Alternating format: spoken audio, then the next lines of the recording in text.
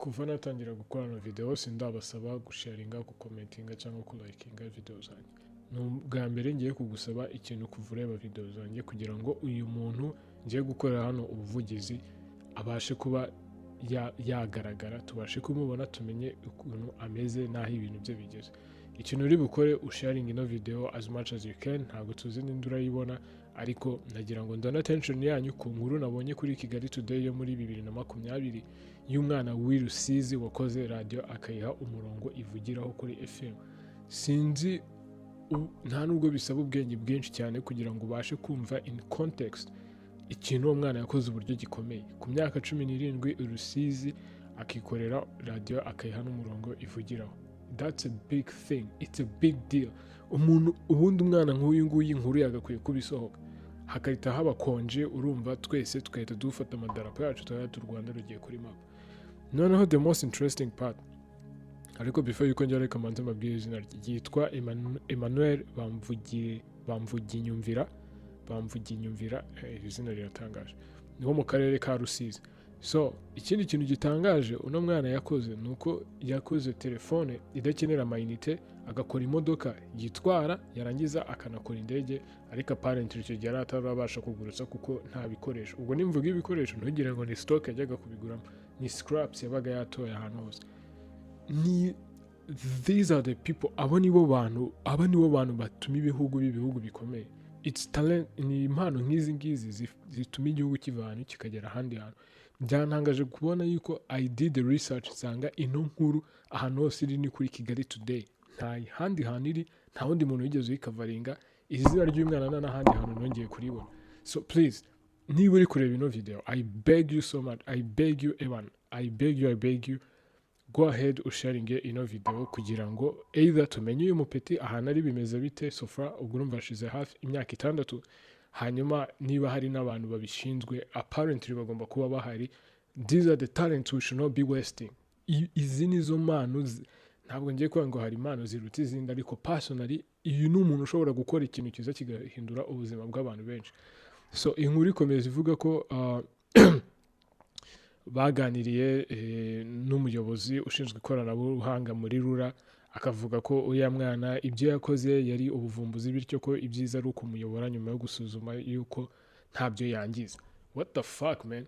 Umwana yicaye hariya from scraps akura ku muhanda ahantu aba yitoreye, agira igitekerezo cyo gukora radio station.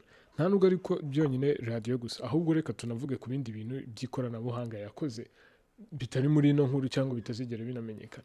Wowe nk'umuyobozi ushinzwe ikoranabuhanga, nako niba uri umuvugizi, niba ari niki, the first thing that comes to your mind ni ukureba ngo ibyasha like ni ukumushyigikira, ariko nitumara kumenya ko really ntabwo ntabyo yanjye.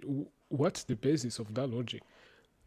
Ni hehe mwabonye umuntu uvumbura ikintu mu mateka y'abantu? Mujye mwiga abantu bavumbuye ibintu bigiye bitandukanye byagiye bihindura ubuzima bw'abantu. Ni hehe umuntu yavumbuye ikintu cya mbere abanje kureba akajya kureba ko ari ibintu yangije? I think if you're coming from that perspective yo kureba ko nta bintu yaba yangije, I think that's the most fucked up way yo kurebamo ibintu. Kubera iki? Kubera ko umutwe urumva uba wafunze ibitekerezo byawe, aho kugira ngo ubanze urebe uvuga ati no, nta way, ntabwo byumvikana uburyo dufite abantu barimo barakora bino bintu, nta muntu uri kubatera support cyangwa nta muntu uri kubibona. Then abantu babishinzwe for some reason ikintu cya mbere batekereza ngo yaba yangije iki. Ubwo se ubwo impano zizaboneka gute? Ikintu cya mbere mutekereza ngo yangije iki, instead of like uwo mwana ari hehe, akeneye iki, let's support him, let's push him. What?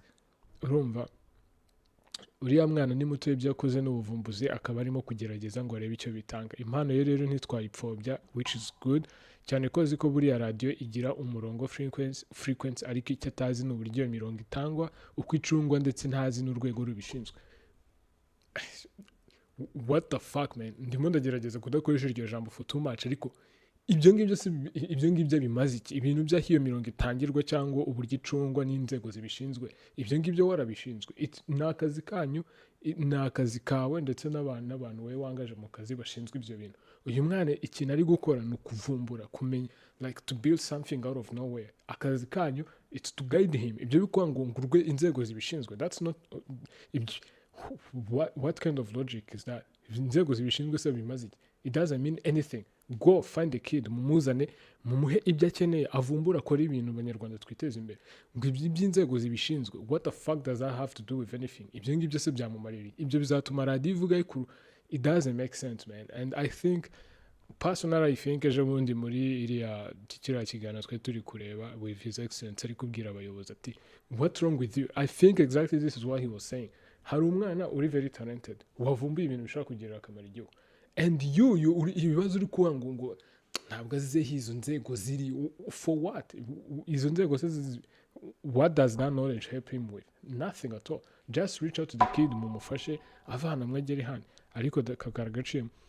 So then agakomeza okay kumufasha bigenda n'ahandi. So okay, akomeza agira ati uriya mwana rero ntiwahita umubwira ko umuhana kuko hari ibyo atubahirije. God damn, man, I can't believe I'm reading this. Aba ni bo bantu b'abayobozi bari mu nzego apparently that time bo kugira bashinzwe ikoranabuhanga. You have a child, umwana w'i Rusizi, right? Watuye scraps ahantu, aragenda avumbura ikintu. Wowe in your mindset, ikintu cya mbere uri kuvuga ku munyamakuru uri kukubaza what you think, ngo uriya mwana nk'uriya rero ntiwahita umubwira ko umuhana kwereke ibyo atubahirije. What the fuck are you talking about, bro? Like, what are you saying, man? Ibintu uri kuvuga ni ibiki?